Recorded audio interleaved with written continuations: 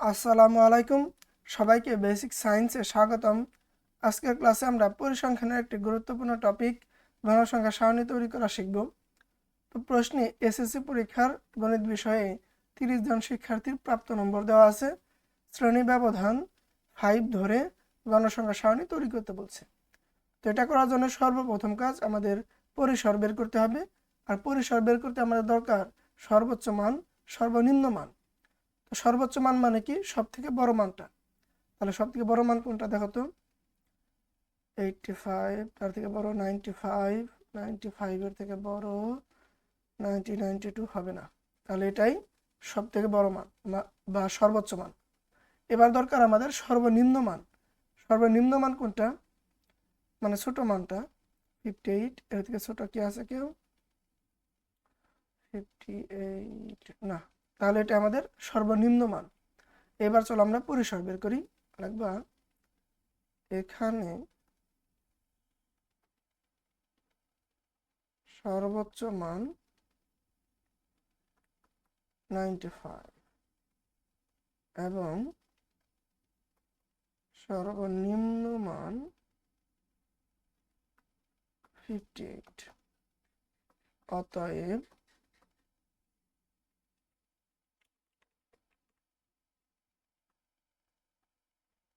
পরিসর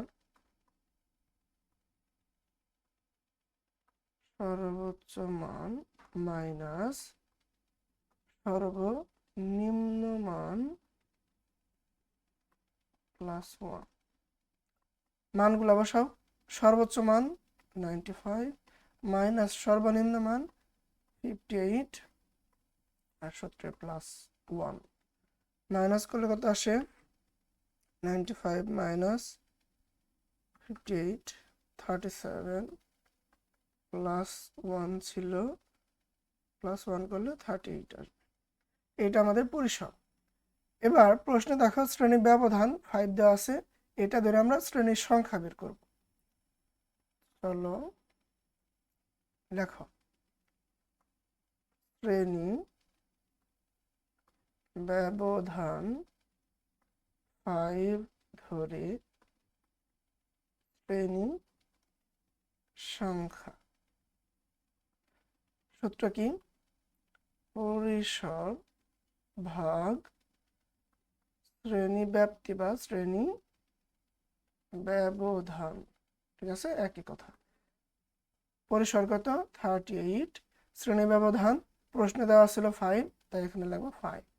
এখন কথা হচ্ছে যদি প্রশ্ন না থাকতো তাহলে কি করতে? তাহলে তুমি 5 ধরেও করতে পারতা, 10 ধরেও করতে পারতা। তবে একটু মনে রাখবা যে পরিসর যদি 40-এর কম আসে তাহলে 5 ধরেই করবা। যদি প্রশ্ন না থাকে, আর প্রশ্ন থাকলে প্রশ্ন যা থাকবো তাই, মানে শ্রেণী ব্যবধান যা থাকবো তাই ধরে করতে হবে। আর যদি 40-এর বেশি হয় তখন তুমি 10 ধরে করবা শ্রেণী ব্যবধান। ঠিক আছে? আচ্ছা, এবার ভাগ করা 38 ভাগ 5 কত আসে? 7.6। এখন কথা হচ্ছে শ্রেণীর সংখ্যা কিন্তু দশমিকে নেওয়া যাবে না, পূর্ণ সংখ্যায় নিতে হবে। এখানে কি আসলো? 7.6 মানে 7-এর থেকে একটু বড়।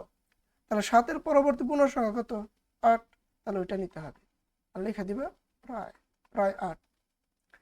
এখন কি করতে হবে? সারণী বানাইতে হবে। এখন কথা হচ্ছে আমরা যে সারণীটা বানাবো গণসংখ্যা সারণী, ওইখানে সারি নেব কয়টা?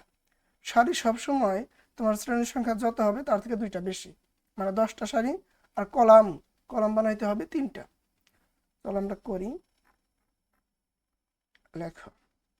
তোমাদের সুবিধার জন্য উপাত্তগুলো একটু লিখে রাখছি, তোমরা কিন্তু আবার এগুলো তুলতে যাও না, এটা আমাদের প্রশ্নে থাকবেই, আমরা যেন দেখে দেখে করতে পারি তাই লিখে রাখছি।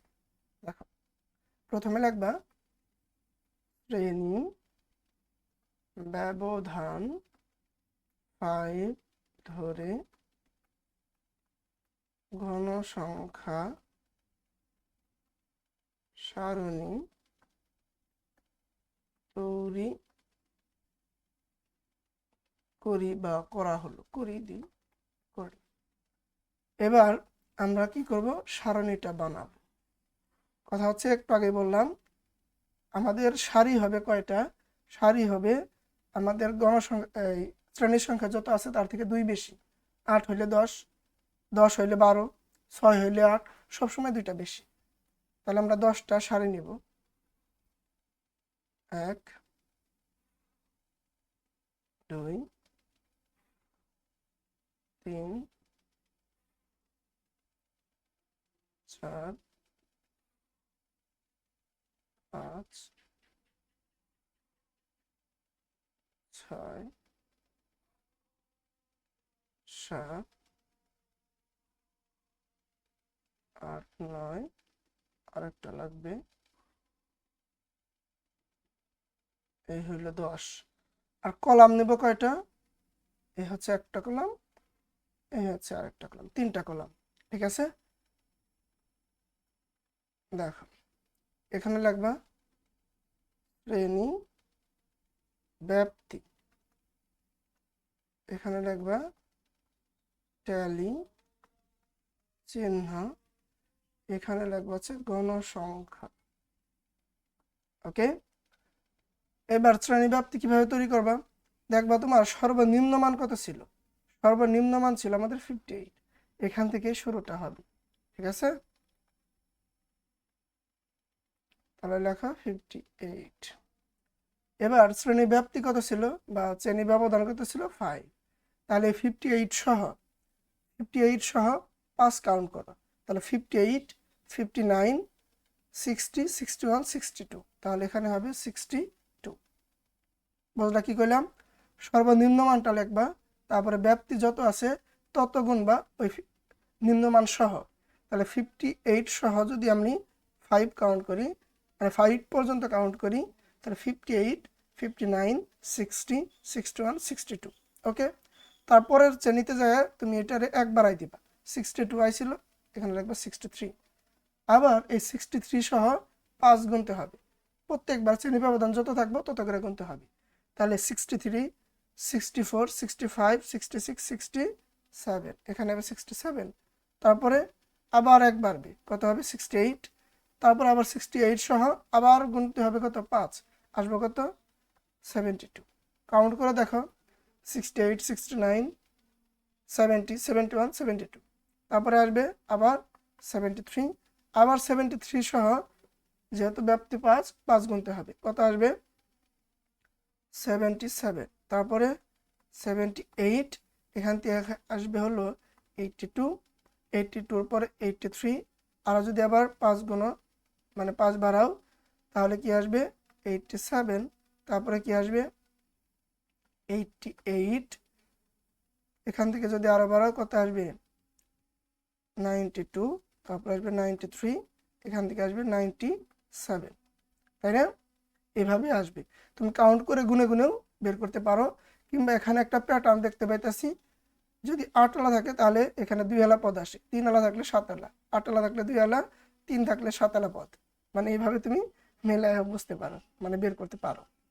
ওকে, তুমি গুনা গুনায় বের করো, কোনো সমস্যা নাই। এইবার কাজ হচ্ছে আমাদের ট্যালি চিহ্ন বের করা।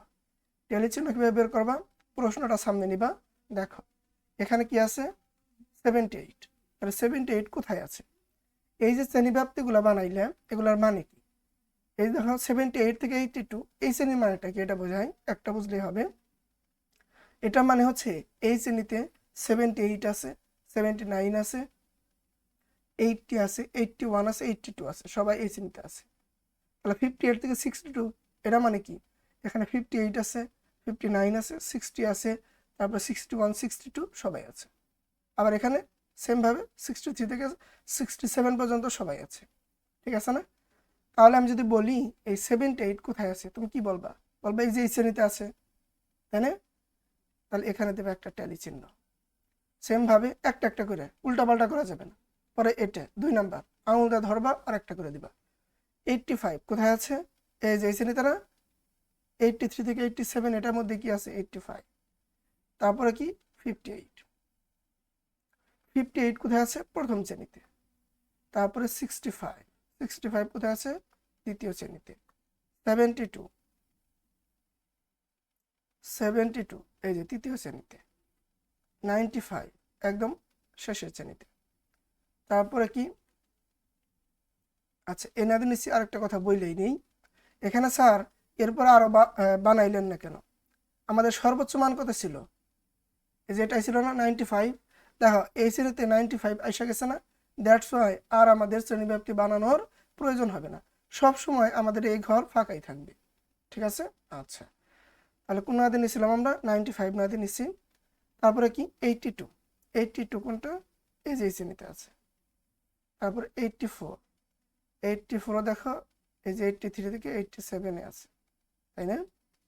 হ্যাঁ। তারপরে কি স্যার 77, এই যে শ্রেণীতে 62 প্রথম শ্রেণীতে, 67 দ্বিতীয় শ্রেণীতে, 70 তৃতীয় শ্রেণীতে, 81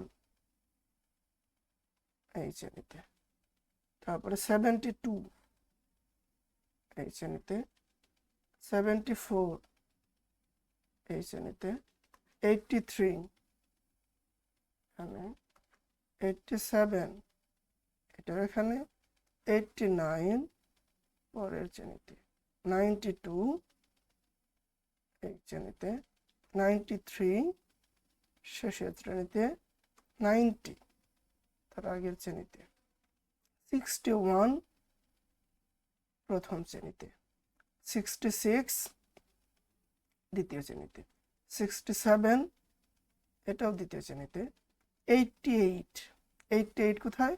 এই যেখানে। তারপরে কি 63, 63 এই যেখানে। এর কথা হচ্ছে চারটা যদি হয়ে যায়, পাঁচটা বানানোর উপায় হচ্ছে তুমি এই যে কিনারে কিনারে মিলাই দিবা, তাহলে চারটা খারাপ হইলে আরেকটা এই যে কিনারে কিনারে মিলাইছো, এ হইলো পাঁচটা। তারপরে 75, 75 কোথায়? 75 এই এখানে। তারপরে 74 এটাও এখানে।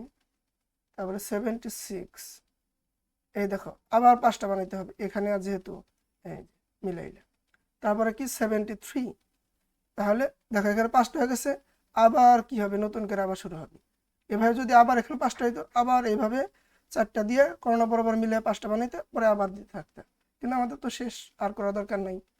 এবার এখানে 3 আইছে, 3 মানে গণসংখ্যা 3, এখানে 5 গণসংখ্যা 5, এখানে টালি চিহ্ন 3 মানে গণসংখ্যা 3, এখানে 6, এখানে কত হবে? 3, এখানে 4, এখানে 4, এখানে 2, এখানে হবে আমাদের মোট।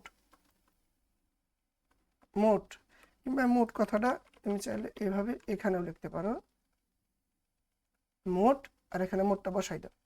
তাহলে এখানে মোট কত হবে? এই সবগুলা যোগফল। তাহলে দেখো 3 plus 5 plus 3 plus 6 plus 3 plus 4 plus 4 plus 2 কত আসলো? 30। 30 আসবে, কেননা আমাদের এখানে 30 জন শিক্ষার্থীর প্রাপ্ত নম্বর দেওয়া ছিল। দ্যাটস ওয়াই গণসংখ্যা কি আসবে? 30, কারণ গণসংখ্যা মানে হচ্ছে উপাত্তের সংখ্যা, আর এখানে উপাত্তের সংখ্যা 30টা, তাই না? এখানে যদি কম বেশি হয় তার মানে অঙ্কে একটুকে ঝামেলা আছে। তোমরা তারপরে এটা নিজেরা একটু সুন্দর করে করবা, মিলাই দেখবা যে আমার হয়েছে নাকি। ঠিক আছে, তোমাদেরটাও মিলাবা। তো আশা করি বুঝতে পারছো। তো এইভাবে আমাদের গণসংখ্যা সারণী বানাইতে হয়। প্রথম কাজ সর্বোচ্চ মান সর্বনিম্ন মান বের করবা, সেখান থেকে পরিসর, আর পরিসরের পরে আমাদের শ্রেণী সংখ্যা বের করতে হবে শ্রেণী ব্যবধান ধইরা নিয়ে। আর প্রশ্নে যদি এরকম বইলা দেয় তাহলে ওইটা ধরেই করবা, যে না বইলা দেয় ওই যে একটুকে শর্টকাট কইছিলাম 40-এর কম আইলে 5 ধরে করবা, 40-এর বেশি আইলে 10 ধরে করবা। তারপর এখান থেকে শ্রেণীর সংখ্যা বের করবা, আর শ্রেণীর সংখ্যা যত হবে তার থেকে 2টা বেশি সারি নিবা। এই দেখো আমরা 2টা বেশি নিয়েছিলাম না, একটা হেডিং দেওয়ার জন্য আর একটা এই মোট লেখার জন্য, আর বাকি দেখো এই যে 8টাই আসছে, শ্রেণী 8টাই আসছে, তাই না? আর কলাম নিবা কয়টা? 3টা, শ্রেণী ব্যাপ্তি, ট্যালি চিহ্ন, গণসংখ্যার জন্য একটা। তো আশা করি বুঝতে পারছো। তোমাদের সাথে দেখা হবে পরবর্তী ক্লাসে। ধন্যবাদ, আল্লাহ হাফেজ।